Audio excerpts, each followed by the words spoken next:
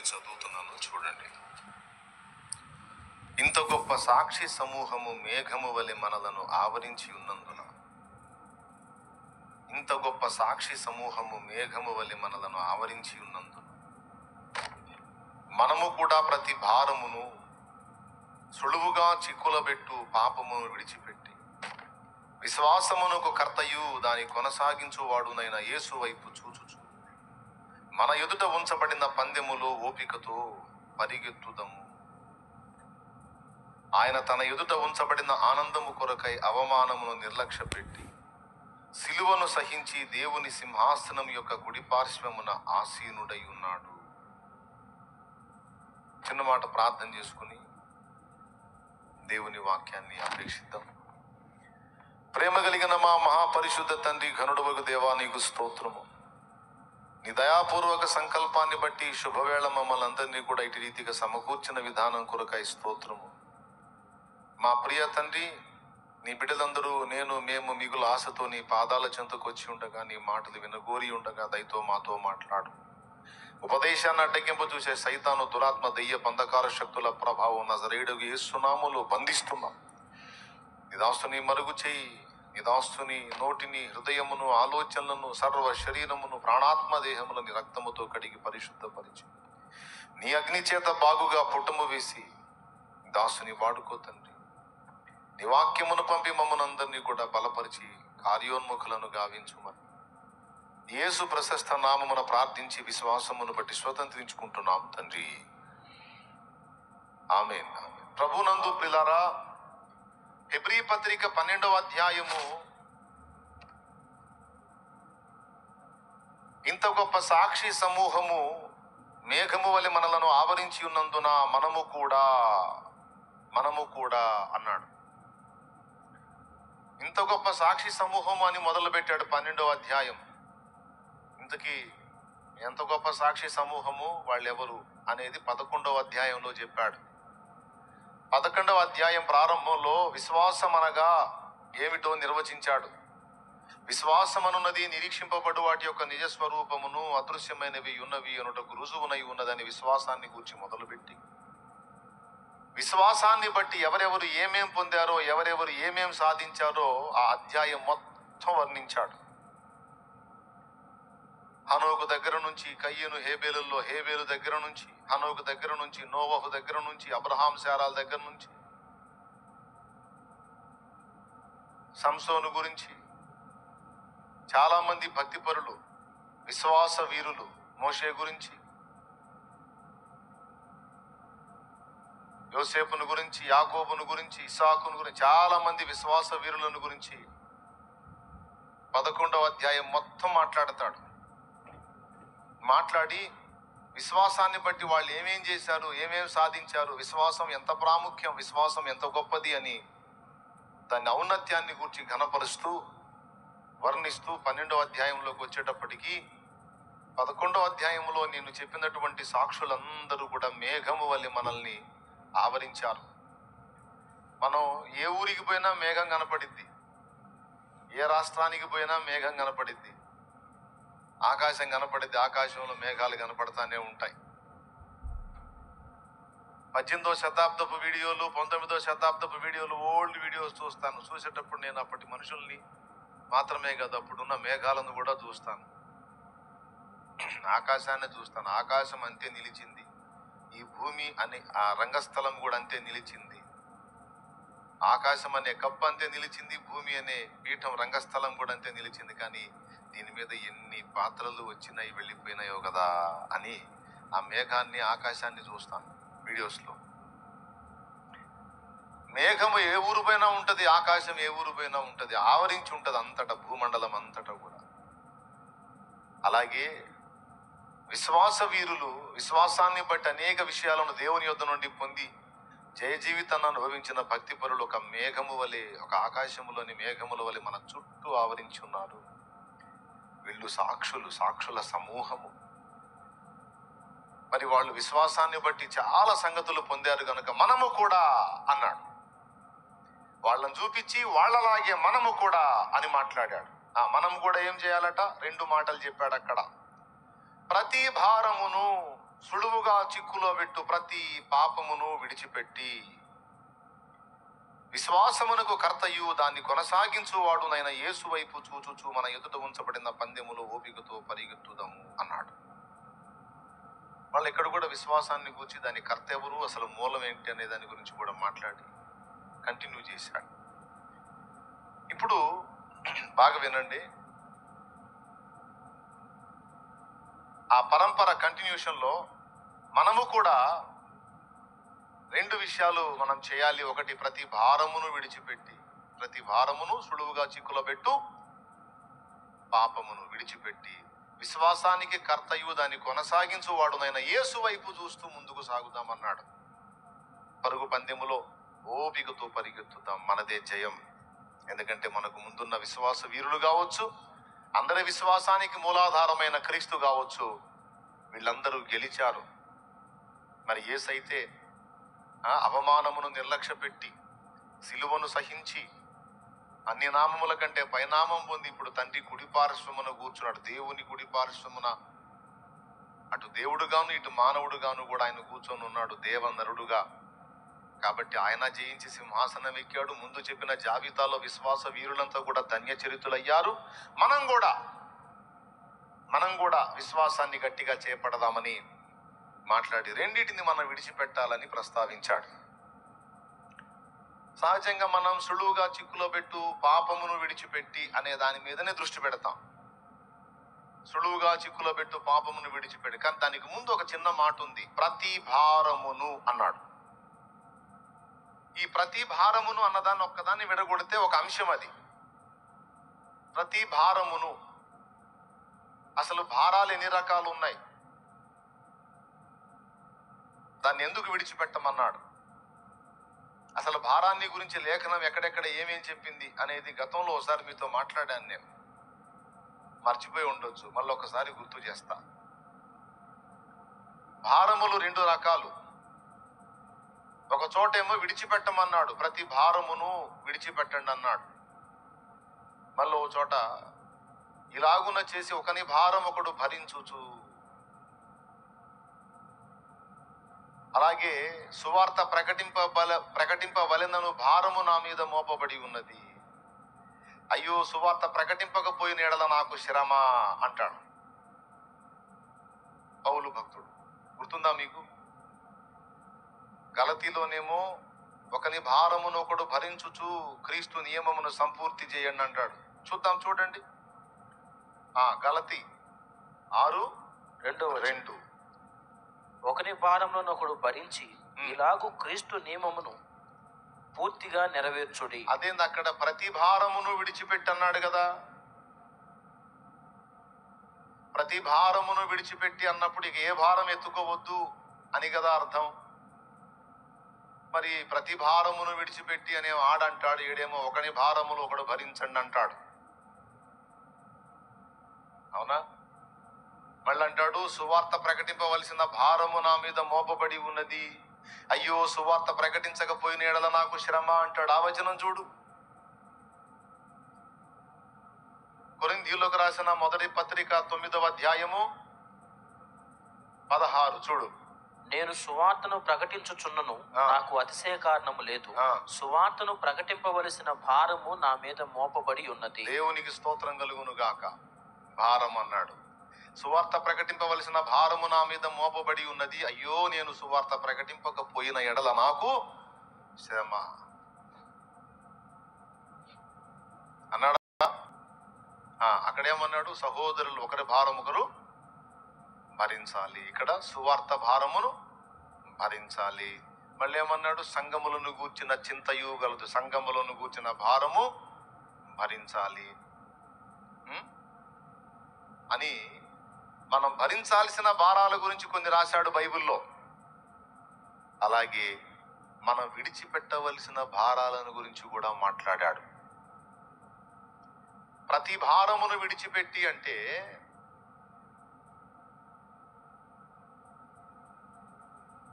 దేవుడు తన మీద మోపమన్న భారాలు ఉన్నాయి, మనల్ని ఎత్తుకోమన్న భారాలు ఉన్నాయి.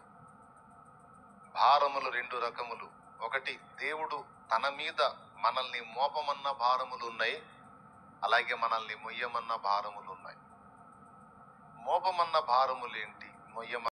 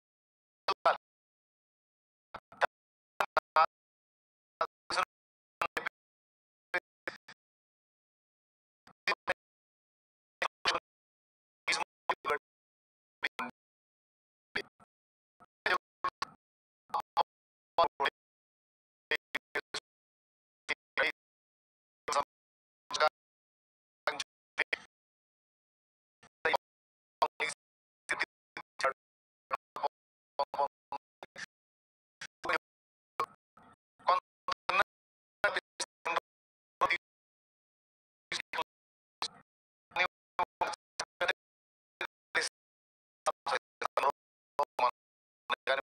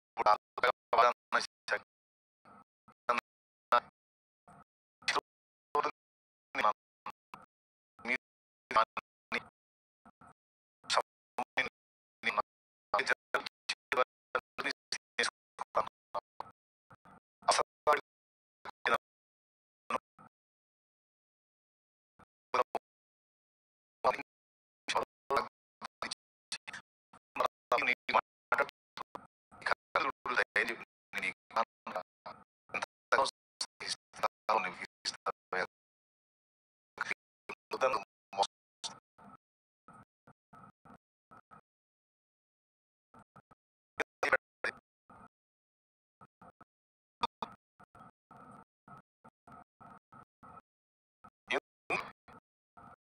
ఎందుకు చెప్పాడు? ఇప్పుడు వచ్చే సమయం ఇది. నేను మోసం ఈ మోసం ఏముంది అంటే అంటాడు. చేతితో బ్యాగ్ తెచ్చుకున్నాను అనుకో, నేను ఖాళీ ఉంటుంది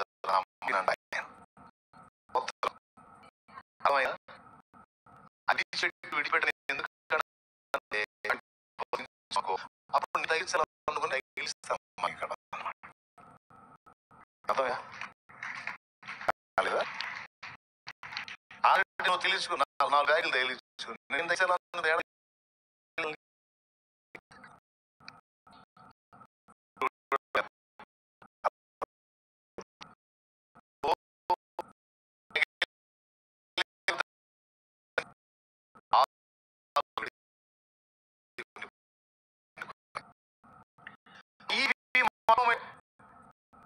కొన్ని వదిలేసి నేను చూసుకుంటా. ఇది ఎండు నువ్వు మోస్తే చాలంట.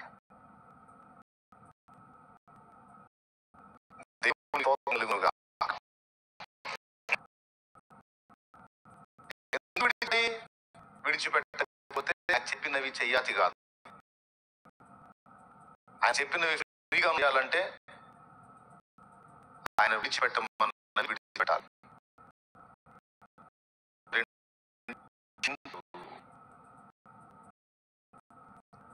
మూడవది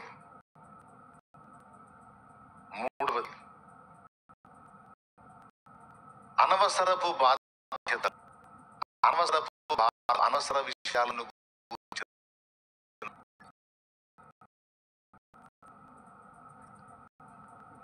అనవసరమైనవి కొన్ని మోస్తుంటాం. మొదటిది ఏం చెప్పాను? పాప భారం వదిలిపెట్టమన్నాను. ఏం చెప్పాను? నీది కాదు, అది నువ్వు మొయ్యటానికి లేదు. ఎందుకంటే చాలా చోట్ల చెప్పాడు దేవుడు, దేనిని గూర్చి చింతపడకుడి గాని ప్రతి విషయమును గూర్చి కృతజ్ఞతాపూర్వకముగా మీ మనవులు దేవునికి తెలియజేయండి, అప్పుడు సమస్త జ్ఞానమునకు మించిన క్రీస్తు సమాధానం అని ఫిలిప్పీ పత్రిక 4:5 నుంచి చాలా చోట్ల రాయించాడు. కాబట్టి చింత. మూడవది అనవసర భారాలు కొన్ని ఉంటాయి మనం ఎత్తుకునే. అసరపు భారాలు ఏంటంటే మన మెదడులో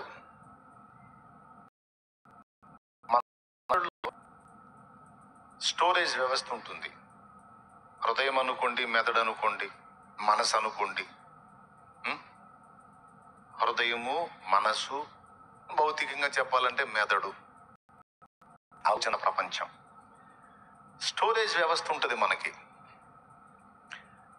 ఆ స్టోరేజ్ వ్యవస్థ ఒక్కొక్కరికి ఒక్కొక్క పరిధిలో ఉంటుంది. మొత్తంగా ఆయన అయితే ఒక స్థాయిని ఇచ్చాడు. ఉదాహరణకి ఒక డ్రమ్ ఉంది, 25 లీటర్లు పడతాయి ఒక డ్రమ్ములో, 50 లీటర్లు పడతాయి ఒక డ్రమ్ములో, 100 లీటర్లు పట్టే డ్రమ్ము కూడా ఒకటి ఉంటుంది. 100 లీటర్లు పట్టే డ్రమ్ములో 1000 లీటర్లు పోయలేవు. దాని కెపాసిటీ ఎంత ఇచ్చాడంటే 100 లీటర్స్ ఇచ్చాడు. ఓకే, దానిలో 1000 లీటర్లు పడతాయా? 500, 300, 100 లీటర్లు ఇచ్చాడంటే 100 పడతాయి, మిగిలింది పోతుంది. అలాగే మన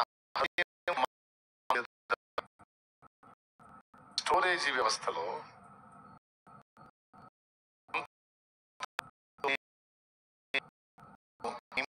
నింపుకొని పోతుంది. మనకు కూడా దేవుడిచ్చిన సిస్టంలో డిజైన్ చేశాడు ఆయన. ఆ పరిధిలోనే మన విషయాలను గ్రహించగలం, దాచగలం. మించితే మన వల్ల కాదు. అర్థమైందా? సాతాను చేస్తున్న కుట్ర ఏంటంటే, దేవుడిచ్చినటువంటి కెపాసిటీలో నింపవలసిన విషయాలను మనం నింపుకుంటే అది మనకి, సమాజానికి క్షేమం. కానీ వాడేం చేస్తున్నాడు, నింపబడవలసిన విషయాలు నింపబడకుండా, అవి నింపబడటానికి ఖాళీ లేకుండా వేరే వ్యర్థతంతా తీసుకొచ్చి నింపుతున్నాడు. ఇప్పుడు కొన్ని రీల్స్ చూసావు, లేకపోతే కొన్ని వీడియోస్ చూసావు, లేదా కొన్ని సినిమాలు చూసావేవో.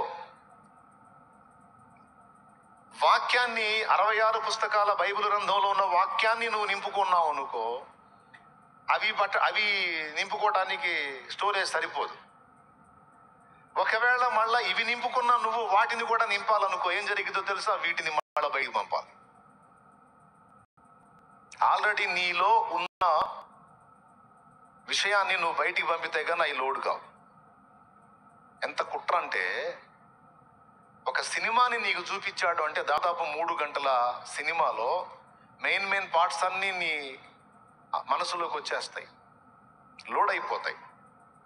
ఒక మూవీ చూసావు, మళ్ళీ ఇంకొక మూవీ అదే మూవీ మళ్ళీ కొద్ది రోజుల తర్వాత చూస్తే నేను చూశానంటాం.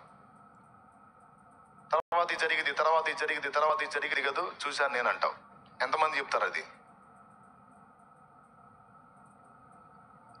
ఒకసారి ఆలోచించండి. ఒక మూవీని చూసినప్పుడు అవసరం లేదు తీసేనాన్న, 3 గంటలు లేదా 2.5 గంట ఒక సినిమా నువ్వు చూసినప్పుడు నీకు తెలియకుండానే నీలో స్టోరేజ్ అయిపోతుంది అది. అదే మూవీని కొన్ని నెలల తర్వాత, సంవత్సరం తర్వాత మళ్ళా నీ ముందు చూయించినప్పుడు స్టార్టింగ్ చూసి ఇది నేను చూశాను,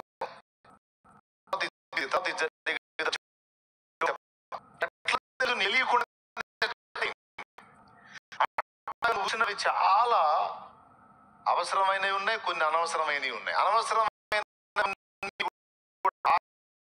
స్టోరేజ్ అవుతుంది. ఈ పనిని సైతాన్ తీసుకున్నాడు. అంటే ఉండాల్సినవి నీలో ఉండకుండా, ఉండకూడని చెత్తంతా నింపి, ఉండవలసినవి నీలో నుంచి డిలీట్ అయిపోయేటట్టు, తొలగిపోయేటట్టు, బయటికి పోయేటట్టు వాడు కుట్ర చేశాడు. లేకపోతే నష్టమే ఉంది. నువ్వు సినిమా చూస్తే దేవుడికి ఏమన్నా నష్టమా? లేకపోతే నువ్వు రీల్స్ చూస్తే దేవుడికి ఏమన్నా నష్టమా? లోకంలో చెత్తంతా చూస్తే ఆయనకి ఏమన్నా ఇబ్బంది అయింది? ఆయనకు వచ్చిన నష్టం నీకు నష్టం. నీలో స్టోరేజ్ సిస్టమ్ అనేది ఒక నిర్ణీత కొలతలో ఉంది. దానిలోనే నువ్వు మెయిన్ స్టోర్ చేసుకోవాలి. నువ్వు ఏడాడ చెత్తంతా తీసుకొచ్చి అందులో వేసావంటే స్టోర్ అయినవి డిలీట్ అయిపోతాయి, అవి నీకు గుర్తు రావు. అవి అలా జరగకూడదు అంటే నువ్వు సెల్ ఫోన్ యూజ్ చేయి వాక్యం కోసం, సెల్ ఫోన్ యూజ్ చేయి ఇంపార్టెంట్ న్యూస్ కోసం, సెల్ ఫోన్ యూజ్ చేయి ఫోన్పే, గూగుల్ పే, లేకపోతే ఏదో ఆర్థిక లావాదేవీల విషయంలో. నువ్వు సెల్ ఫోన్ యూజ్ చేయి నీ పని విషయంలో. నువ్వు సెల్ ఫోన్ యూజ్ చేయి ఇంపార్టెంట్ థింగ్స్. అంతేగాని ఖాళీ దొరికింది కదా అని ఏడాడి చెత్తంతా చూస్తా ఉంటే నువ్వు చూసిన అది అయినా కావచ్చు, ఆ రీల్స్ నువ్వు చూసే ప్రతిదీ లోడ్ అయిపోయింది. ఎంత స్టోరేజ్ అవుతుందో చూడు. ఇది నువ్వు అనవసరంగా మోస్తున్న బరువు, నీకు తెలియకుండానే మోస్తున్నావు. దీన్ని ఏమంటారంటే అనవసర భారం అంటారు. దీన్ని కూడా విడిపెట్టాలి. దానివల్ల ఏం జరుగుతుందో తెలుసా? బ్రెయిన్ డ్యామేజ్ అవుతుంది. చాలా మంది తెలియదు బ్రెయిన్ స్ట్రోక్స్. చిన్న వయసులో బ్రెయిన్ స్ట్రోక్స్ రావడానికి కారణం ఇది కూడా ఓవర్లోడింగ్ కెపాసిటీకి మించి లోడ్ అవుతుంది సరుకు. హలో, కెపాసిటీకి మించి లోడ్ అవుతుంది, దానివల్ల డ్యామేజ్ అవుతుంది.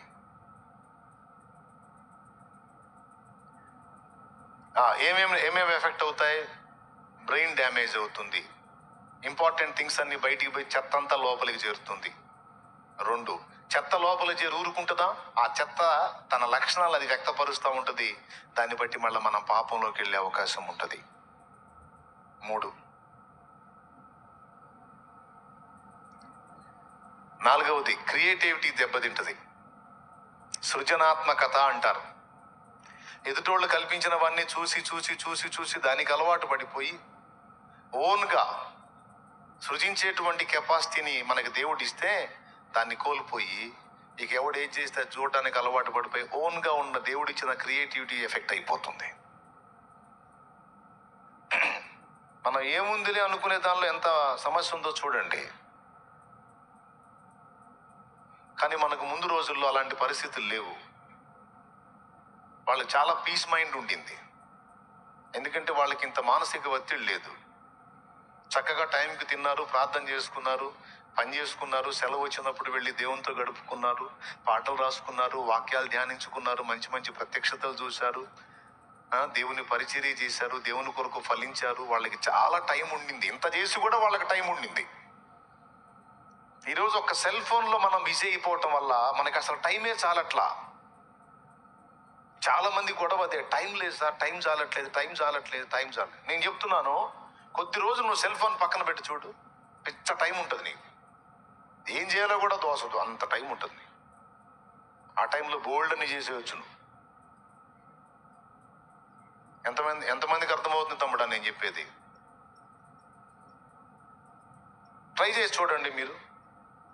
నేను చేయకుండా చెప్పట్లా, నేను ఆల్రెడీ పరిశోధన చేసి చెప్తున్నా.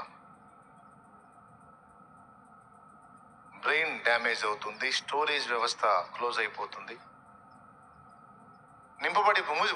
మూయబడిపోతుంది, లేదా ఆల్రెడీ ఉన్న స్టోర్ అయినా వెళ్ళిపోతాయి బయటికి.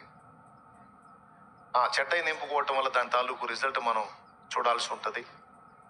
4వది సృజనాత్మకత పోతుంది, క్రియేటివిటీ ఎఫెక్ట్ అయిపోతుంది. అంతటితో అయిపోలే, ఇంకా బోల్డ్ అని టైం లాస్ అయిపోతుంది. చేయాల్సినవి టైంలో చేయకుండా మనం ఎఫెక్ట్ అయిపోతాం. ఎంత నష్టం కలుగుతుందో చూడండి. అనవసరపు భారాల్లో ఇదొకటి.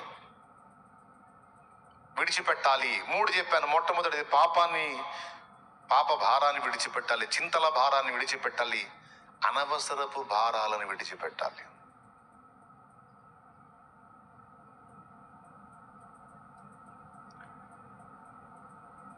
నాలుగవది, ఇప్పుడు ఈ ఫోన్ గురించి మీకు జస్ట్ కొంచెం టూకీకి అర్థమయ్యేటట్టు చెప్పాను. వీటితో పాటు ఇంకా ఫోన్ ద్వారా కాకపోతే వేరే రకంగా పుస్తకాల ద్వారానో న్యూస్ ద్వారానో అనవసరపు లోడింగ్ ఏదవుతుందో దాన్ని అంతా కూడా పక్కన పెట్టేసేయాలి. మీకు మేలు అది. ఖాళీ ఉంచుకొని ఆ ఖాళీలో ఇది నింపుకోవాలి, వాక్యాన్ని నింపుకోవాలి. ఓకేనా? రైట్.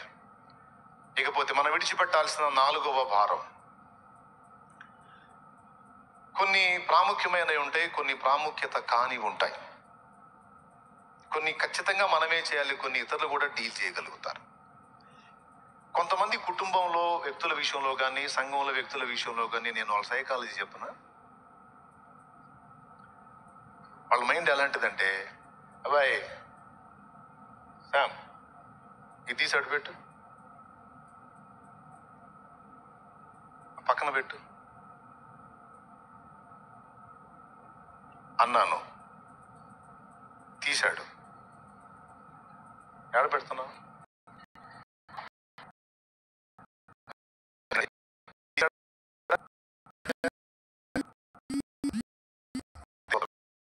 ఇది అన్నాను, బిడ్డ తీశాడు. దానికి ఆ బిడ్డున్నాడు, తీస్తాడు. వాచ్ కరెక్ట్గా ఉందో లేదో చూడు అన్నాను, చూస్తాడు.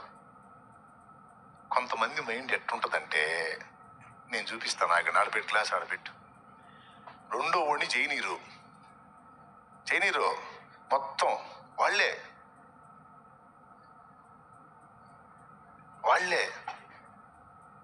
అన్నీ వాళ్ళే. ఇప్పుడు నేను చేసే పని నేను చేయాలి, అవునా? నేనే కుర్చీ తీసుకొచ్చుకొని కుర్చీ నట్టంతా తిప్పుకుంటే ఎట్లా కుదిరిద్ది? కుర్చీది అశోక్ ఉన్నాడు, వాడు తిప్పుతాడు కుర్చీ అవసరమైతే. అశోక్ తీసుకురా నాన్న అంటే తీసుకొచ్చాడు, పెడతాడు. నేను చక్క కూర్చొని మాట్లాడాలి, అంతేగాని కుర్చీ నేనే పెట్టి ఇవన్నీ నేనే సెట్ చేసుకుని అంతా నేనే చేస్తుంటే, వంటగది గడిపి నేను వంటగది చూస్తా ఉన్నాను అనుకో, వాక్యం చెప్పకుండా మీకు ఎట్టుంటుంది? మీరు కూడా వచ్చి అక్కడ ఆ వంట దగ్గర ఉన్నానే, ఏడున్నా ఏంది అక్కడికి రావా? ఎట్లమ్మా అన్ని పనులు నేనే చక్కపెడాడు.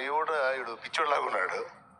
ఏది ప్రాముఖ్యమో అది అపోస్తలు అన్నారు. మేము వాక్యము ప్రకటించుట ప్రార్థించుట మాని భోజనము పంచిపెట్టుట యుక్తము కాదు. ఈరోజు కాపర్ల పరిస్థితి ఎలా ఉందో తెలుసా? అన్నీ వాళ్ళే చేయాలి. విశ్వాసులకు బాధ్యతలు ఇవ్వరు, పరిచర్యకు ప్రోత్సహించరు, చిన్న చిన్నగా వాళ్ళని బాధ్యతల్లోకి తీసుకొని రారు. ఎప్పుడైతే బిడ్డల్ని బాధ్యతలోకి తీసుకొస్తామో, కాస్త బరువు వాళ్ళ మీద కూడా వేసి వాళ్ళు చేయదగ్గ వాళ్ళ చేత చేపిస్తామో మనకు తేలిక అవుతుంది. ప్రాముఖ్యమైనవి మనం డీల్ చేయొచ్చు, ప్రాముఖ్యత లేనివి మామూలు వాళ్ళు కూడా డీల్ చేయగలిగినవి వాళ్ళకే ఇవ్వాలి. కానీ కొంతమంది సైకాలజీ ఏంటంటే అన్ని నెత్తినేసుకుని వాళ్ళు చచ్చి జనాన్ని జావగొడుతుంటారు. స్తోత్రం. దయాదా పెట్టేసి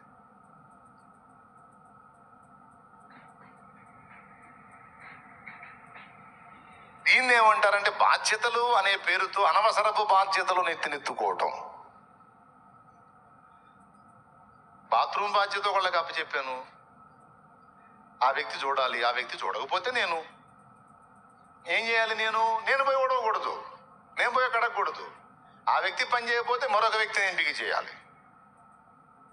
లేదా నువ్వు చేయవా, నీకు ఇంట్రెస్ట్ లేదా, పో బజార్లో మెడి తిరిగిపో, నాకు సంబంధం లేదు తమ్ముడా, నీ తాతని ఇంకొకటి ఎంపిక చేస్తాను, నేను పో.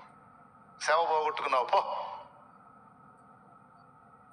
దేవుడు పిలిచి ఇచ్చిన భాగ్యాన్ని కోల్పోయా, పో.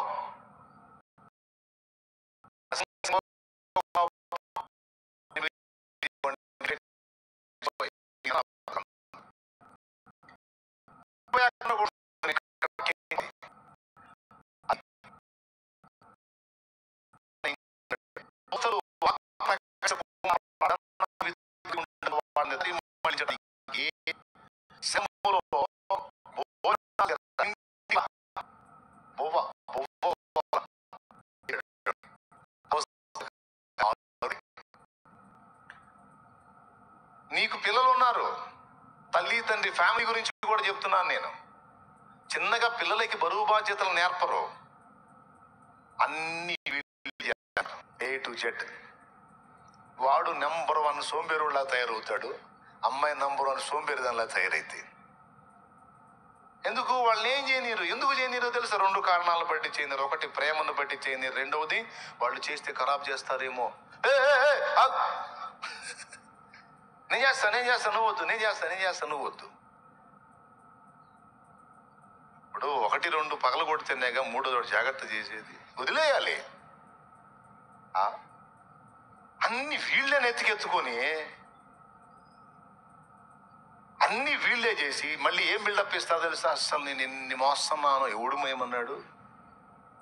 అట్లాంటి సోదోళ్ళు ఉన్నారు, ఫ్యామిలీలో కూడా ఉన్నారు. కొంపదీసి మీరేనేమో చూసుకోండి. ఏడాడ చెత్త అంతా మీరే డీల్ చేసి వాళ్ళు ఏమంటారు తెలుసా? అన్నీ నేనే చేస్తున్నాను, ఎవ్వరు ఏం పని చేయరని మళ్ళీ వీళ్ళే అంటారు. అప్పుడు వాళ్ళకి మండి ఏం చేయచ్చా?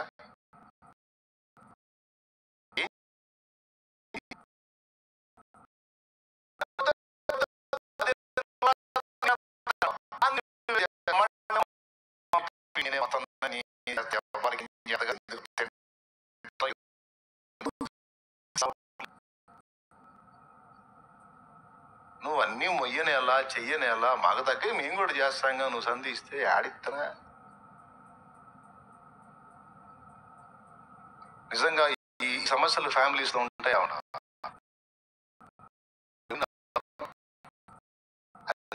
మొత్తం మళ్ళీ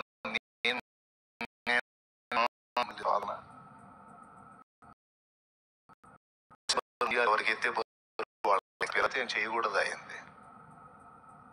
ఒకసారి చెడు కొడతారు, రెండోసారి చెడు, మూడోసారి ఆడే లైన్లోకి వస్తాడు. అమ్మాయి అయినా అబ్బాయి అయినా బాధ్యతలు నేర్పాలి. నాన్న అన్నీ నేను చేయాలా?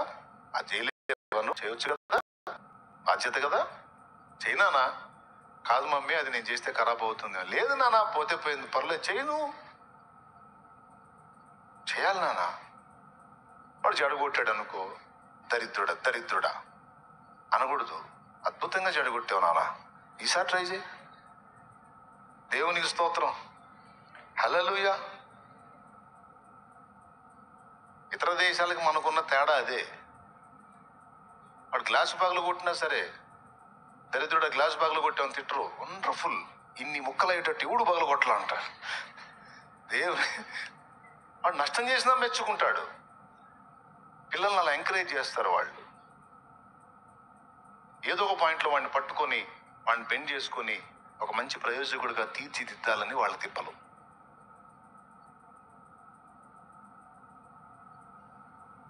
అన్ని బరువులు నువ్వెందుకు మోస్తున్నావు?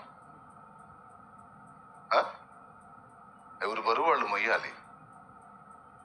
పెద్ద పొగిడితే చాలు మునగ చెట్టు ఎక్కిపోయి అన్ని ఎత్తికేసుకొని గందరగోళం అయిపోయి నువ్వేడిసి పక్కన వాళ్ళు ఏడిపి చెవుడికి మనశ్శాంతి లేకుండా చేస్తారు ఒక్కొక్కటి. దేవునికి స్తోత్రం కలుగును గాక. ఏమనుకోవద్దు, ఉన్న సంగతులు చెప్తున్నాను నేను అసలు పరిచర్య ఆరంభం నుంచి అట్ట చేయలే. ఖచ్చితంగా ఆ 100 మందిలోనే పరిచారకులు ఎవరి పని వాళ్ళు చేయాలి.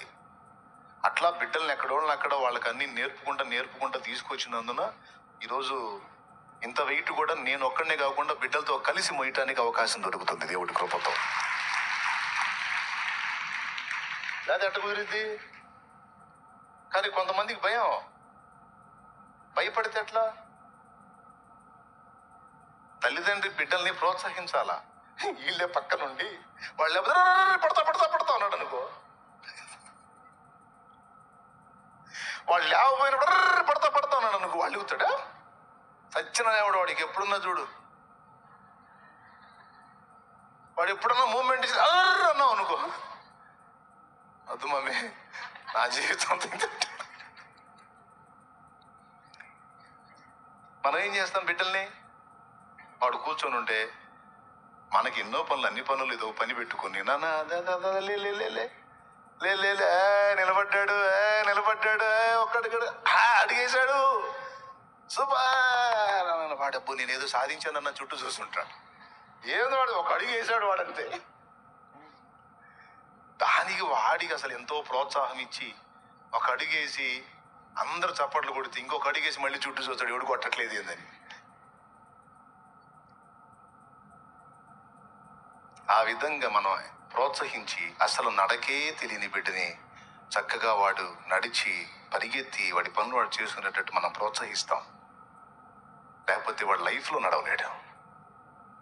సహజంగా నడవడానికి భయపడతాడు, ఎందుకంటే చేత కాదు కనుక. చేత అయినోళ్ళు నడుస్తున్నోళ్ళు వాడిని ఇంకా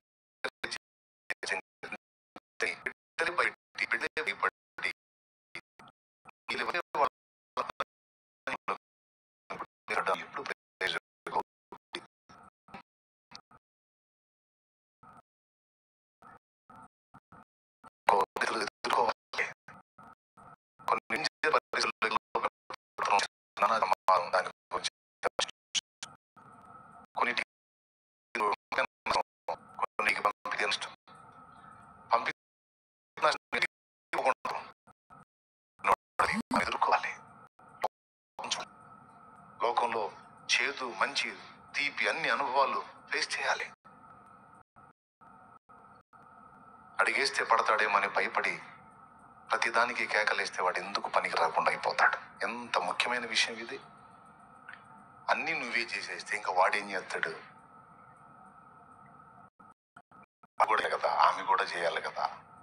కుటుంబమైనా సంఘమైనా ఇదే న్యాయం వర్తిస్తుంది. గ్రీసు దేశపు భాష మాట్లాడే విధవరాండ్రను యూదులలోని వ్యక్తులు చిన్న చూపు చూశారని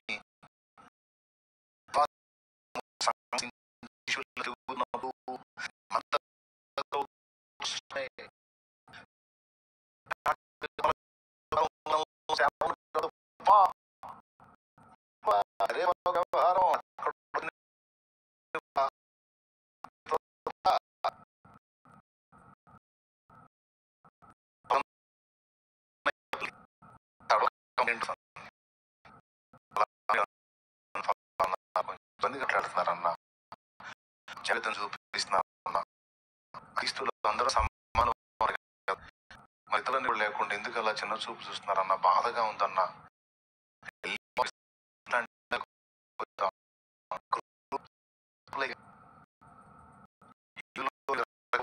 గ్రీసు దేశస్తుల నుంచి రక్షింప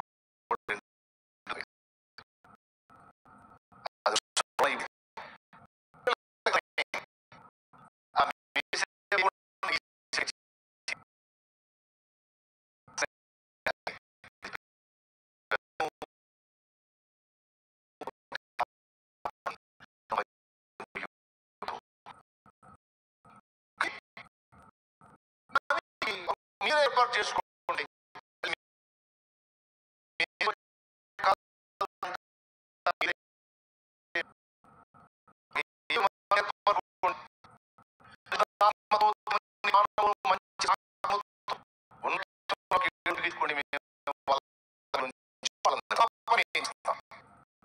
అంతేకాని అనవసరపు భారాలను ఎత్తుకొని అవసరమైనవి మొయ్యకుండా మేము పిచ్చిగా ప్రవర్తించమనేది అపోస్తలుల జ్ఞానం. ఎందుకు భూమి నుంచి వాళ్ళు పట్టించుకోమన్నారు? ఈ భారం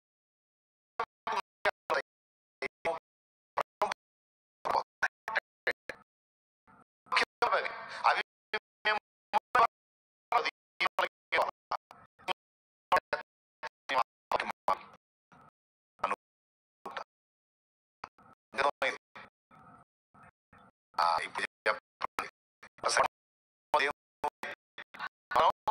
రెండోది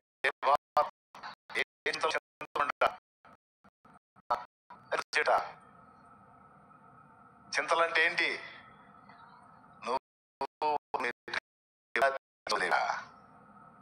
నువ్వు కాదు మోయాల్సింది, నా మీద మోపమని ఆయన బంగారంలాగా అడిగితే ఇంకా నీ నెత్తిన పెట్టుకుంటూ నువ్వు విశ్వాసవా?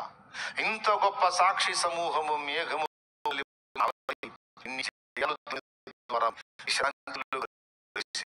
మీకు పిచ్చేంటి? నమ్మట్లేదా ఆయన్ని? నువ్వు ఉనికిలోకి ఎలాగొచ్చావు? నీకు ఈ రూపం ఎలా వచ్చింది? ఆయన చేస్తేనేగా, ఆయన సృష్టిగా, నువ్వు ఆయన ఉన్నాడుగా, ఆయన ఎవరో నీకు తెలుసుగా, ఆయన బాధ్యత తీసుకున్నాడా, ప్రాణం పెట్టాడా, మోస్తాడు.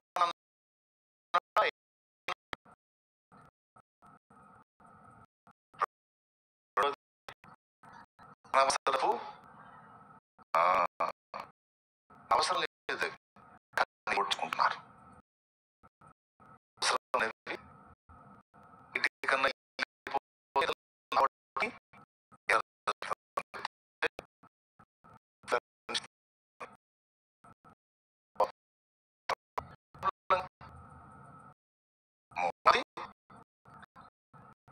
అవసరపు బాధ్యత పెడతాడు, ఆపుతాడు, ఆన్ చేయమంటే ఆన్ చేస్తాడు. ఉన్నాడు కదా, అశోక్ చేస్తాడు, లేకపోతే శామ్యుయల్ చేస్తాడు, లేకపోతే అక్కడ దైవజనుడు చేస్తాడు, లేకపోతే మీరైనా చేస్తారు. కానీ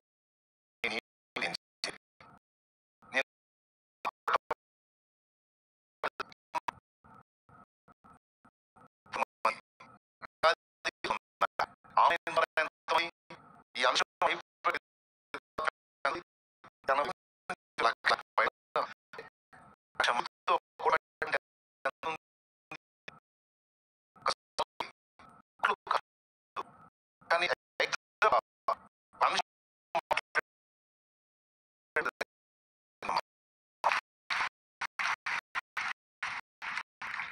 ఒట్టి మాట,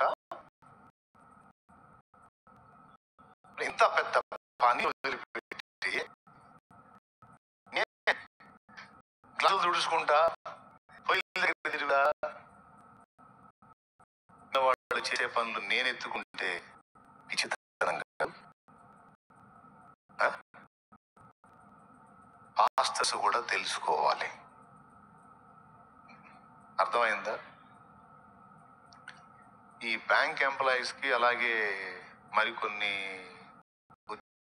డిఫరెంట్ ఇంటర్వ్యూస్ ఉంటాయి. అందులో ఇలాంటి ప్రశ్నే వచ్చింది. నీ ఆఫీసు గదిలో అంత చెత్త కాగితాలు అవన్నీ ఉన్నాయి, నీ టేబుల్ దగ్గరికి పోవటానికి మొత్తం నీ దారి మొత్తంలో అయ్యే ఉన్నాయి, ఫస్ట్ నువ్వేం చేస్తావు అని అడిగట. నీ సిస్టమ్ దగ్గరికి వెళ్ళటానికి, నీ టేబుల్ దగ్గరికి వెళ్ళడానికి దారిలో ఇవన్నీ ఉన్నాయి, ఏం చేస్తావు? సహజంగా ఏం చేయాలి? శుభ్రపరచుకొని అక్కడికి వెళ్ళాలి. ఎందుకంటే ముందు గదిని క్లీన్ చేసుకోకపోతే అతని జాబ్ ఏం చేస్తాడు? సరిగా గదిని దుర్భరంగా పెట్టుకున్నాడు. సహజంగా ఎవరైనా ఉంటారు, వాటన్నిటిని నేను ముందు క్లీన్ చేసుకొని తర్వాత నా టేబుల్ దగ్గరికి వెళ్తాను సార్ అంటారు. అప్పుడు మనం ఓడిపోయినట్టు. జ్ఞానం కలిగినోడు ఏం చెబుతాడో తెలుసా? ఎవరైతే క్లీన్ చేసే పర్సన్ ఉన్నారో ఆ వ్యక్తికి నేను ఆ బాధ్యత అప్పచెప్తాను, ఆ వ్యక్తి క్లీన్ చేస్తాడు, తర్వాత నేను, ఎందుకంటే నా పని క్లీన్ చేసే పని కాదు. దేవునికి స్తోత్రం కలుగును గాక. ఏం చేసే పని కాదు, క్లీన్ చేసే పని కాదు, సిస్టమ్ వర్క్ నాది. సిస్టమ్ వర్క్ నేను 1 గంట చేస్తే లక్షలం వస్తుంది. ఆ గంట సేపు నేను గదిని క్లీన్ చేశాను అనుకో, 1,00,000 పోతుంది. అంటే నా గంట విలువ ఎంతో అనేది నాకు తెలుసు. అందుకే నేను ఆ గంటను అక్కడ వెచ్చిస్తే 1,00,000కు ప్రయోజనం. ఆ 1,00,000 ఉంటే ఈ పని చేసే కార్మికులకు 20 మందికి ఉపాధి, నెల రోజులు చేస్తే 20 మందికి జీతం అవుతుంది. అది నేను 1 గంటలో తీసుకోగలుగుతాను. కాబట్టి నా పని అంత విలువైంది కనుక నేను దానికే ప్రయారిటీ ఇస్తాను. ఊడ్చే పనికి నియమించబడ్డ వ్యక్తిని ఊడ్చే పనికి నేను వాడతాను. కన్ను చేయాలి, బ్రెయిన్ చేయాలి, చెయ్యి పని చేయాలి. ఫ్యామిలీలో అయినా అంతే, బాధ్యతలు ఎవరి బాధ్యతలు వాళ్ళకి అప్పచెప్పాలి, ఎవరిది వాళ్ళు కర్తవ్యాలు నెరవేర్చాలి. సంఘములోనైనా అంతే. అక్కడ దైవజనుడు ఫెయిల్ అయ్యాడా, అన్ని తానే మోసాడా, సంఘం అక్కడే కూర్చుంటది. సంఘంలో నంబర్ 1 దద్దమ్మలు, సోంబేర్లు, సోమరిపోతులు తయారవుతారు. ఎక్కడ వేసిన గొంగళి అక్కడే ఉంటది. ఆ సంఘం సచ్చినా ముందుకు పోదు. చివరికి అయ్యగారే అన్ని ఊడ్చుకోవాల్సి వచ్చింది. ఫ్యామిలీ కూడా అంతే. కుటుంబంలో మిగిలిన సభ్యులకు బాధ్యతలు నేర్పకపోతే, వాళ్ళను కూడా చేయనీయకపోతే, అన్నీ నువ్వే చేస్తే నంబర్ 1 సుంఠాల్లాగా, సోంబేర్లా తయారవుతారు. చిన్నగా లైన్లోకి వచ్చిన వాళ్ళకి ఒక్కొక్క బాధ్యత వాళ్ళకి చిన్నగా అలవాటు చేయటం, పరిస్థితులు చెప్పటం, నువ్వు ఎంత ఒత్తిడికి గురవుతున్నావో చెప్పి చిన్నగా ఒక్కొక్క బాధ్యత ఒక్కొక్క బిడ్డకి. అట్లా ఏ తండ్రి ఏ తల్లి బిడ్డల మీద వేయటంలో, వాళ్ళకి బాధ్యతలు అప్పచెప్పటంలో సఫలులు అవుతారో ఆ కుటుంబం వర్ధిల్లిద్ది. బ్రదర్ లైన్లో ఉన్నారా? అది నిర్లక్ష్యం చేసి అన్నీ నువ్వే A to Z అంటే సంఘం ముందుకు పోతే ఆ ఫ్యామిలీ కూడా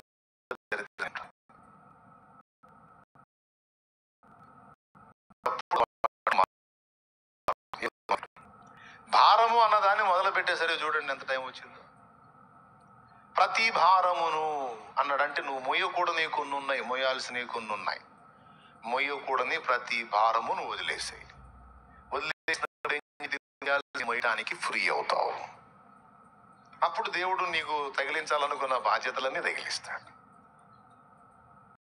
నేను సీనియర్ పాస్టర్స్ కూడా అదే చెప్తుంటాను. నేను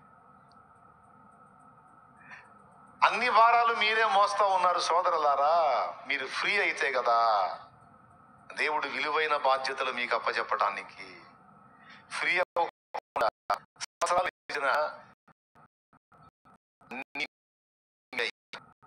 నాకు తెలిసిన ఒక అయ్యగారు ఉన్నాడు. పాపం కష్టపడ్డాడు. 1,500 మంది సంఘాన్ని కట్టాడు. స్తోత్రం చేయండి, పెద్దగా చెప్పండి. ఎంతమందిని?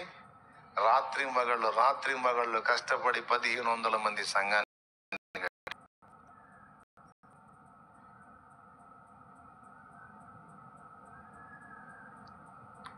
కానీ అన్నీ తానై కట్టాడు.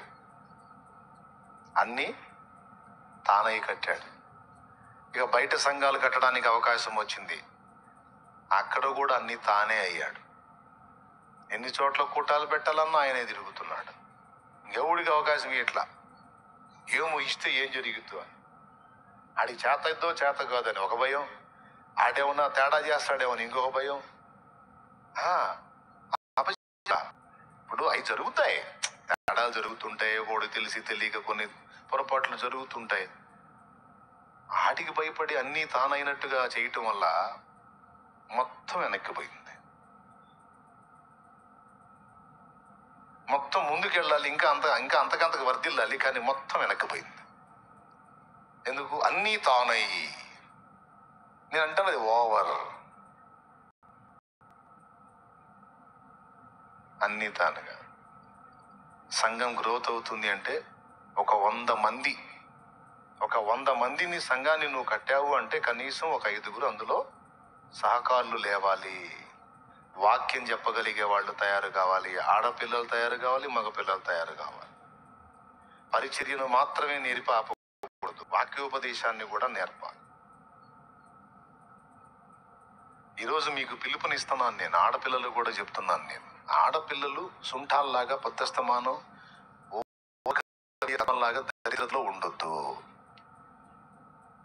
దేవుని వాక్యం చెప్పరా తల్లి అంటే నలుగురిలో నిలబడి దేవుని వాక్యం చెప్పగలిగే స్థాయికి ఎదగాలి నువ్వు. కొన్ని సంవత్సరాలు ఫలానా అన్న దగ్గర నేను పెరిగాను అంటే ప్రార్థించమని అవకాశం ఇచ్చినా, వాక్యం చెప్పమని అవకాశం ఇచ్చినా, అంశ పరిధిలో ప్రార్థన చేయటం, చక్కగా అంశ పరిధిలో వాక్యం మాట్లాడటం నేర్చుకోవాలి. ఆడపిల్లలు కూడా నేర్చుకోవాలి. ఈసారి బైబిల్ ట్రైనింగ్ ఆడపిల్లలు కూడా తీసుకుంటారు, డౌట్ లేదు. స్పెషల్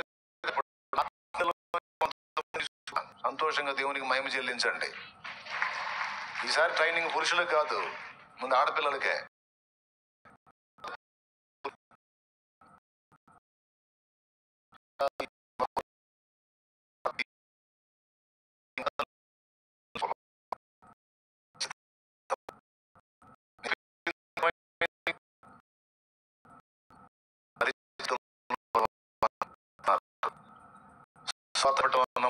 ఆత్మని రక్షణలో నడిపించడంలో నంబర్, వీటితో పాటు వాక్యం చెప్పడంలో కూడా రెడీ కావాలి.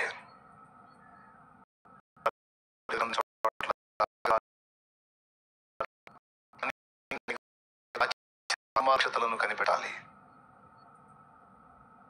వాక్యాన్ని అనేక పర్యాలు ధ్యానించాలి. మగ పిల్లలు కూడా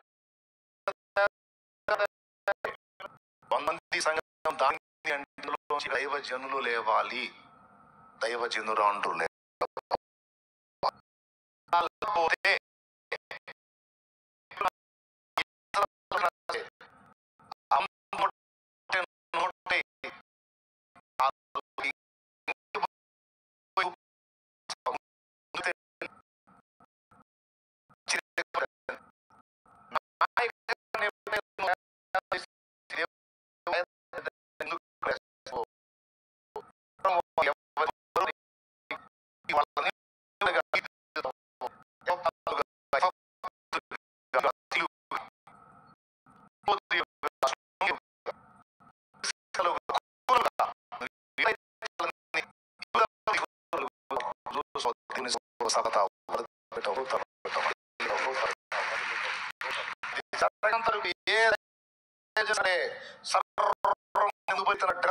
వెనక్కి రావాలిందే.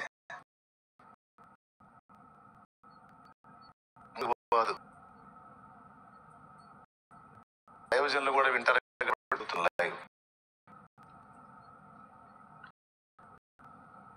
పద్దాకలు నూము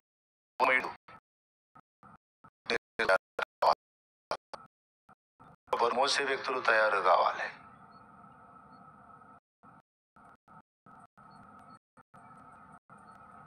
ఎంతమందికి అర్థమైంది? నీ పాత్ర ఎలా మారిపోవాలి? ఇంపార్టెంట్ థింగ్స్ లోకి నువ్వు వెళ్ళిపోవాలి. ప్రాముఖ్యమైనవి నువ్వు డీల్ చేయాలి, మిగిలినవి చిన్న చిన్న వాళ్ళు డీల్ చేయాలి. ఇప్పుడు ఏమైంది? 10 చోట్ల సంఘాలు కట్టే అవకాశం వచ్చినప్పుడు 10 మందిని మందిరంలో తయారు చేసి 10 ప్రాంతాలకు పంపు. ఇక్కడ ఇది నువ్వు నడిపిస్తా ఉంటే అక్కడ 10 వాళ్ళు నడిపిస్తారు. మధ్య మధ్యలో నువ్వు వెళ్ళి కనపడి ప్రోత్సహించు. 11 ప్రాంతాలు ప్రభావితమయ్యాయి. ఆయన ఏం చేశాడు? బానేడు చివరికి ఇది పోయింది, అది పోయింది. అటు మైండ్ పెట్టాడు, ఇక్కడ సంఘం జరిగిపోయింది. ఈ 1500 కాస్త 300కి వచ్చింది. అరే నేను చెప్పని వాటిని బయట వాటిని వదిలిపెట్టి దీని మీద మనసు పెట్టేసరికి అవి తగ్గినాయి. చివరికి వెనక్కి చూసుకుంటే అవి లేవు, ఇది లేదు.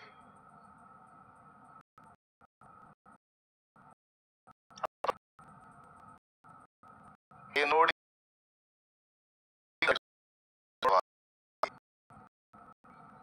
సైతాను గారిని చూడండి. అసలు దెయ్యాలు ఆత్మహత్యలు ప్రేరేపించే దెయ్యాలు కొన్ని, వాటి డ్యూటీ టైం అదే. మందుకు రేపే దెయ్యాలు కొన్ని, వాటి డ్యూటీ ఎప్పుడు ఇక మందు తాగుబోతులను తయారు చేయటమే. వాళ్ళని ఉత్పత్తి చేస్తూ ఉంటాయి. ఆ దెయ్యాల పని ఇంక రెండో డ్యూటీ తీసుకోవాలి. అప్పుడప్పుడు దెయ్యాలు నా పని నువ్వు ఎందుకు తీసుకున్నావు, నా డ్యూటీ నువ్వు ఎందుకు చేసావు ఉంటాయి. తెలుసా మీకు? ఎంత సీరియస్ అనుకున్నావు వాటి డ్యూటీలు?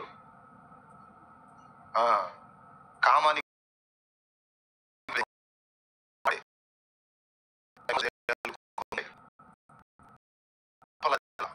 పెట్టి ఎంటర్ కానియకుండా వాళ్ళని శోధించి డిస్టర్బ్ చేసి అక్కడ కావాల్సేటువంటి అయ్యాలు కొన్ని ఉంటాయి, వాటి పని అది. మళ్ళీ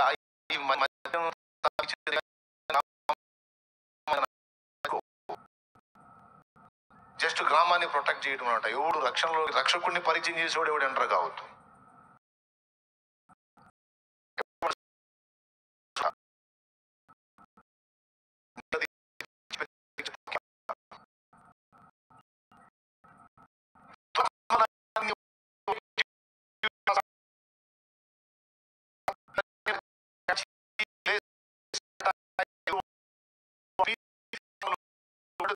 ఇచ్చాడు సైతానుగాడు. వాడొక వ్యూహం ప్రకారం పనిచేస్తున్నాడు. మనమేం పేరేమో వ్యూహిత సైన్య సమభీకర రూపిణి, వ్యూహం లేదు లేకుండా నిలబడి కుటుంబం నడిపించేది కూడా ముందు పోయింది.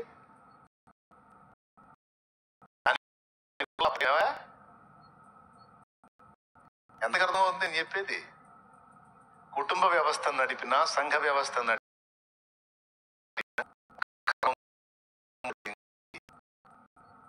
దేనికి స్తోత్రం కలుగును గాక.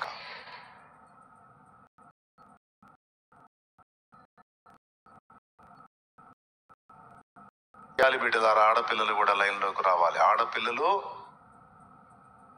వినండి, ఒక ముక్క చెప్తాను. ఒక ఆడపిల్ల తనతో పాటు ఒక ఇద్దరిని వేసుకొని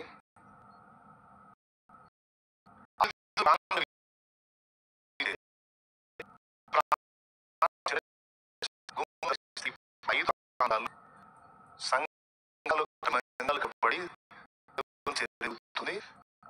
ఆడపిల్లలు పోయి చేసినటువంటి ప్రదేశాల్లో ఇప్పుడు మగ పురుషులు పోయి కాపర్లే నడుపుతున్నారు.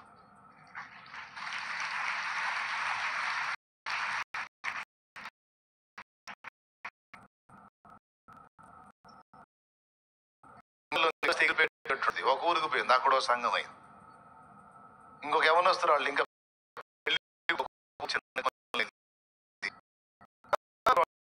నెరవేర్చుకుంటాను. ఒక గ్రామాన్ని అక్కడ దేవుని గురించి పరిచయం చేసి ఆత్మీయుల్ని బలపరిచి కొద్దిగా సిద్ధపరిస్తే ఈరోజు అక్కడ ఒక పరిచర్య, ఒక మందిరం, ఒక సంఘం, మగ పురుషులు పోయి సేవ చేస్తున్నారు. కదిలించింది ఆడపిల్లలు. ఒక చిన్న గుంపును సమకూర్చి పరిచర్య మొదలు పెడితే అక్కడికి దైవజనులు వెళ్ళి ప్రభు బల్ల కార్యక్రమం, బాప్తిస్మాల కార్యక్రమం, మందిర నిర్మాణం, సంక్రమం, అవన్నీ. మీరేమనుకోవద్దు మగ పురుషులారా, నేను కూడా మగ పురుషుడినే. ఈ సందర్భంలో ఉంటాను నేను. మీకు తిరిగి చూడండి ఎవరు ఎక్కువ మంది ఉన్నారో. మీరు అంటారు వాళ్ళకేం పనే పాట, మేము పనులకు పోయి రావద్దని అంటారు.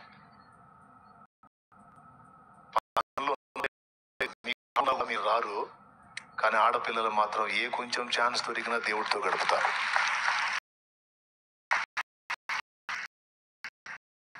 ఇన్ని చోట్ల దేవుని పరిచర్య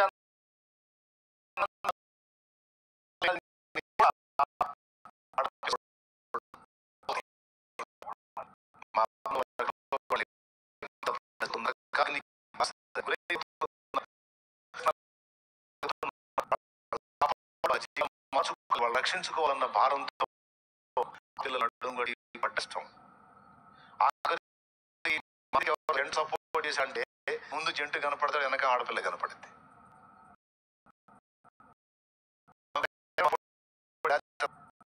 ఇంటికాడ ఊహకలు పెట్టుకుంటుంటారు.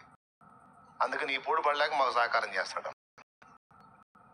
ఆ విధంగా కూడా పరోక్షంగా ఉండి పనికి తోడ్పడుతుంది ఆడపిల్లే.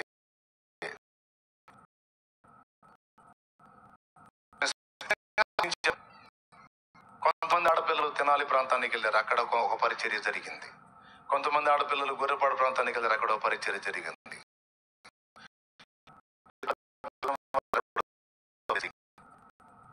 తర్వాత ఇంకా ఒక ఆడపిల్ల తనతో కలుపుకొని ఇద్దరు ముగ్గురిని కలుపుకొని 5 ప్రాంతాలు దర్శిస్తే ఇప్పుడు 5 ప్రాంతాల్లో దేవుని మందిరాలు కట్టబడ్డాయి. ఇంకో ఆడపిల్ల అక్కడ ఒక సంఘం కట్టబడింది. చూడండి, ఒక ఉన్న వాళ్ళలో ఒక 10 మంది ఆడపిల్లలు వాక్యాన్ని ప్రకటించి ఆత్మలను బలపరిచే స్థాయికి వస్తే 10 మంది పిల్లలు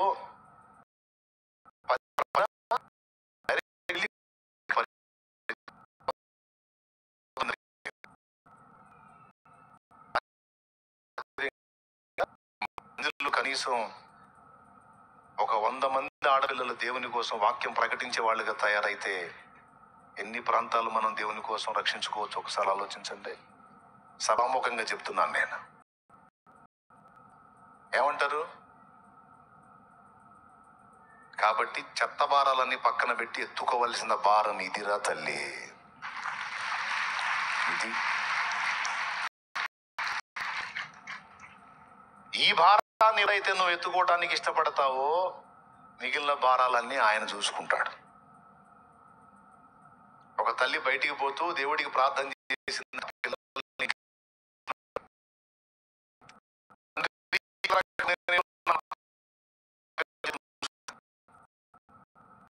వాళ్ళకి చేయాల్సిందని చేసి ఎప్పుడు అలా పోయాడు ప్రయోగం వేశాడు ఆ బిడ్డల్ని. దేవుడు అన్యాసుడు కాడే.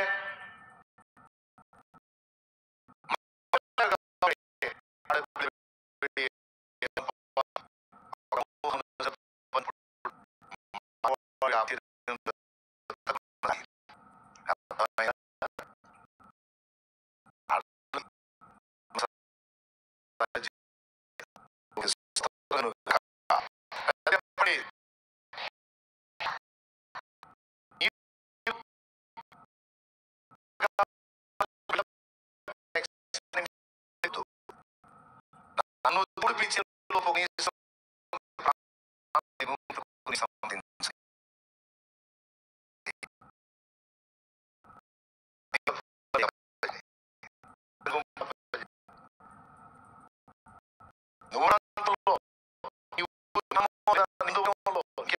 అక్కడికి వెళ్ళు, చిన్న మొదలు పెట్టు, కూర్చో, వాళ్ళని బలపరచు, వాక్యం చెప్పు, ప్రార్థన చేయి.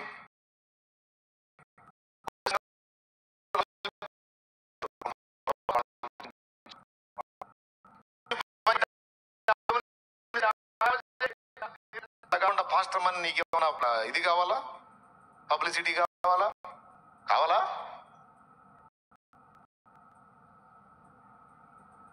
అది కాదు. పాస్టర్ అయ్యా అనే పబ్లిసిటీ వద్దు, పాస్టర్ అమ్మ అనే పబ్లిసిటీ వద్దు. నేను దాన్ని ఆశించలా. ఈరోజు కూడా పాస్టర్ శాలేం రాజు అంటే నచ్చదు నాకు.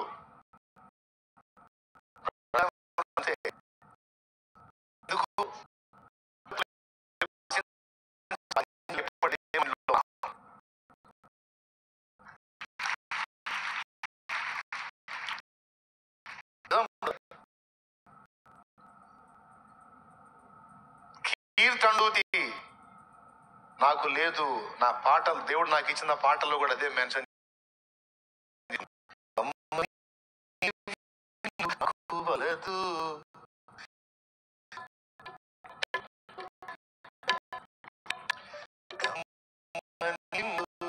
నాకు వలదు క్షణికానందాలు, కీర్తి కిరీటాలు,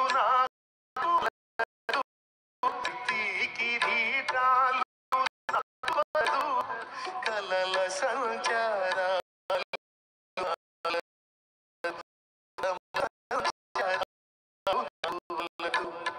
నీ దివ్య కౌగిలే నాకు చాలు, నీ దివ్య కౌగిలే నాకు చాలు. స్తుతిని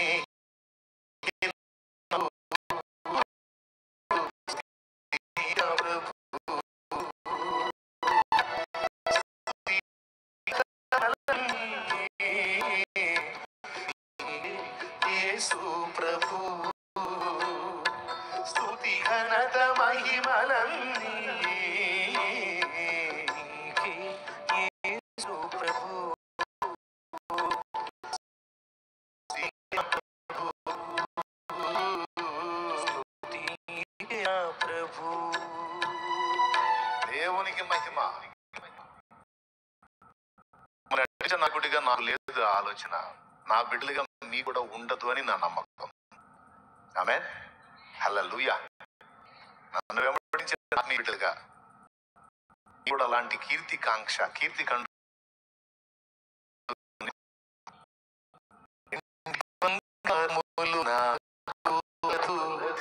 పేరు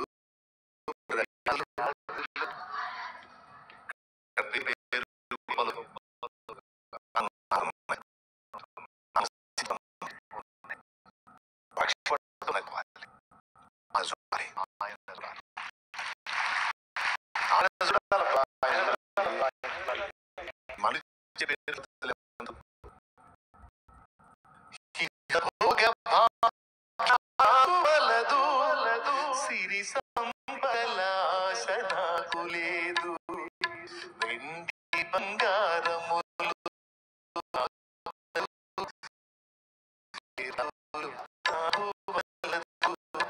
వెండి బంగారములు నాకు వలదు, పేరు ప్రఖ్యాతులు నాకు వలదు.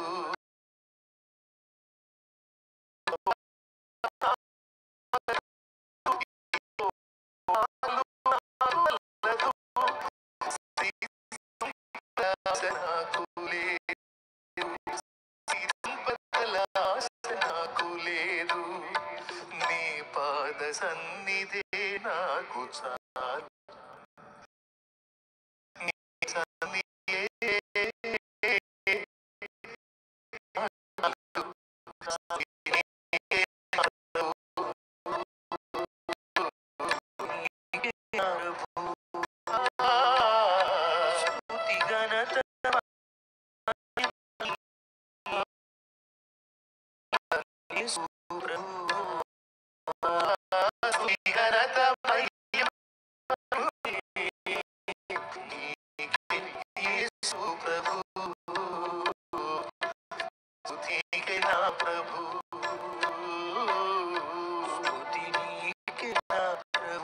దేవుని ఉపనామానికి మహిమ కలుగును. హల్లెలూయా. ఏ సంఘమైనా, ఏ సేవకుడినైనా ప్రిపేర్ చేసేటప్పుడు ముందు సేవకురాలనే చూస్తాను నేను. సేవకురాల్లో ఆత్మల కొరకైన ఆసక్తి కనపడితే ఇక నాకు ధైర్యం, ఇక నాకు భయం ఉండదు.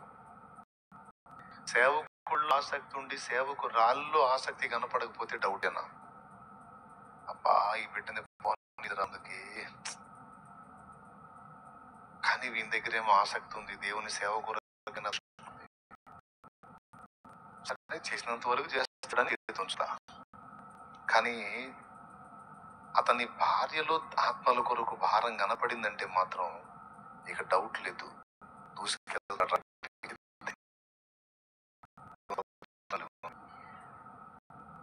ఆడ మనిషికి ఆత్మల కొరకు భారం, ఒక గురి, ఒక దర్శనం, ఒక లక్ష్యం లేదనుకో, సేవను నాశనం చేసింది, నాశనం ఖచ్చితంగా చేసింది. గౌరవించు, నలుగురిలో గాలి తీసి ఉంటది, బాధ్యత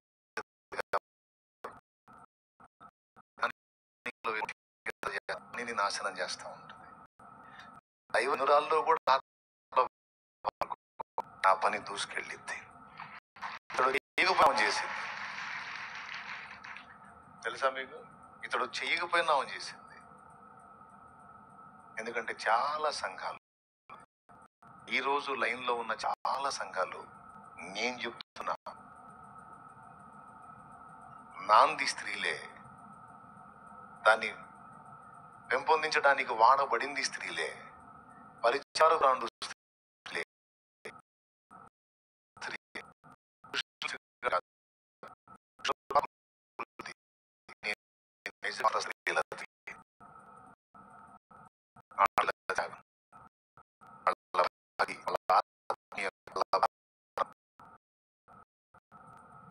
నా బిడ్డలారా,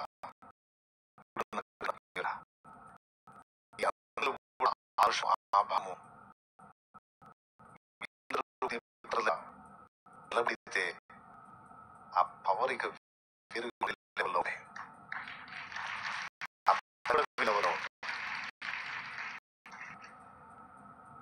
నా కళ్ళకు ఆడపిల్లల కష్టం, ఆడపిల్లల త్యాగం, వాళ్ళ ప్రయాస. బలహీనురాండ్రు లేరని నేను అన్నట్లు నేనే చెప్తున్నాను, కొంతమంది వాళ్ళ సేవలు కూడా పాడైపోయాయని.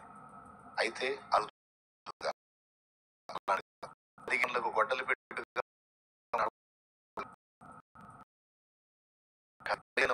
పట్టుకొని ప్రభుకి బాప్తిస్మాలకి మాత్రమే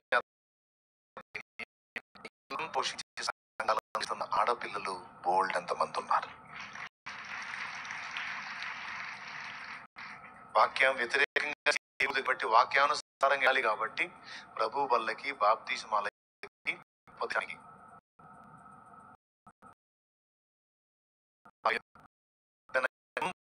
మందత్తాన్ని అలా కట్టి నిలబెట్టేటువంటి ఆడపిల్లని చూశాను నేను.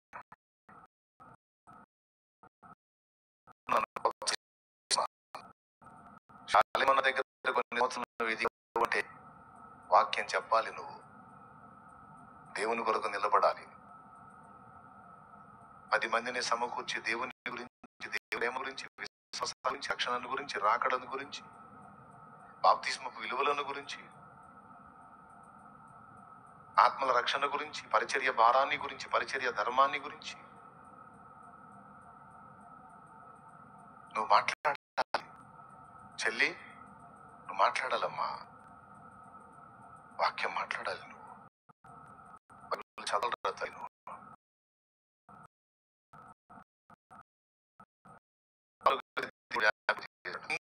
నువ్వు నేను మీకు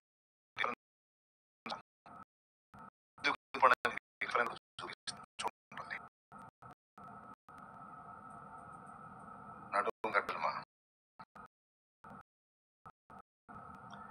కీర్తనల గ్రంథము 80. ఒక నిమిషం ఆగండి.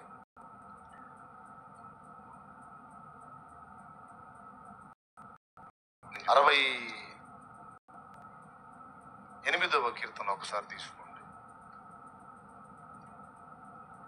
68వ కీర్తన 11వ వచనం చూడుమా.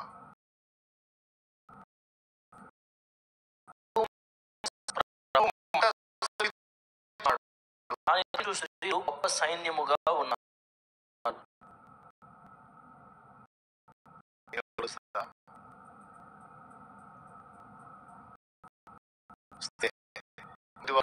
కడపటి వారు మొదటి వారు అన్నారు కదా.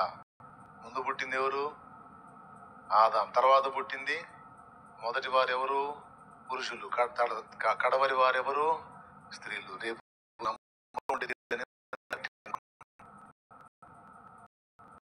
కాదు, ఇశ్రాయేలీలు మొదటి వారు, అన్ని జనులు కడపటి వారు. చివరికి సంఘం ముందు ఎత్తపడింది, అన్ని జనులు ఎత్తపడిన తర్వాత ఇశ్రాయేలీలు ఎత్తపడతారు. కరెక్ట్ అయితే ఈ రూట్లో ఇది కూడా కరెక్ట్. ఈరోజు వాళ్ళది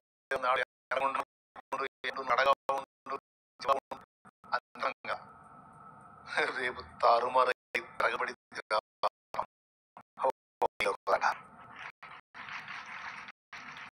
ఇంత చేసి కూడా తగ్గించుకుంటారు కదా. ఎక్స్పోజింగ్ మైండ్ ఉండదు కదా. మేము కనపడాలి అనే కీర్తికాంక్షలు ఉండవు కదా.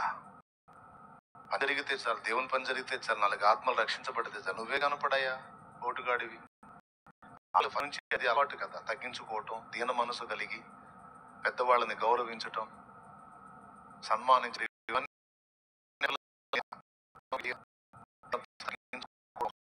నేర్చుకుంటారు ఆడపిల్లలు. ఎవడన్నా సరే నేనే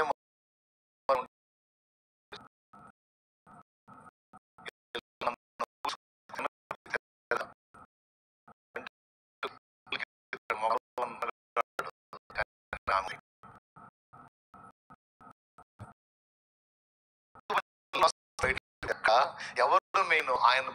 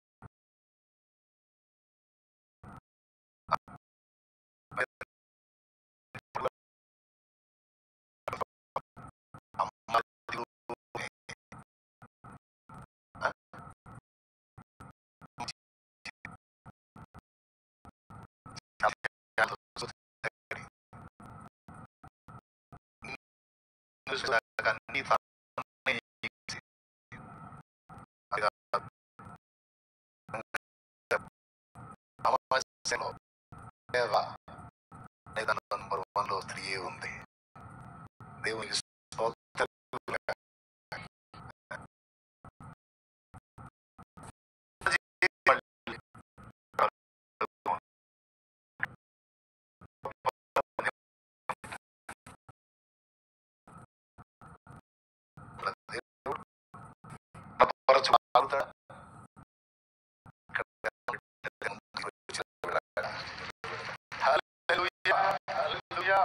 అందుకే ఆడపిల్లలు పరిచయం చేసే పిల్లలకి చెప్తానమ్మా, రేపు మిమ్మల్ని ఉన్నత స్థితిలో ఉంచుతాను అని గుర్తు చేసుకుంటూ, మీరు రిక్వెస్ట్ చేస్తే నన్ను కూడా మీ దాకా రాని లేదమ్మా, ఉన్నత స్థితిలో ఉంచుతాడు మిమ్మల్ని దేవుడు.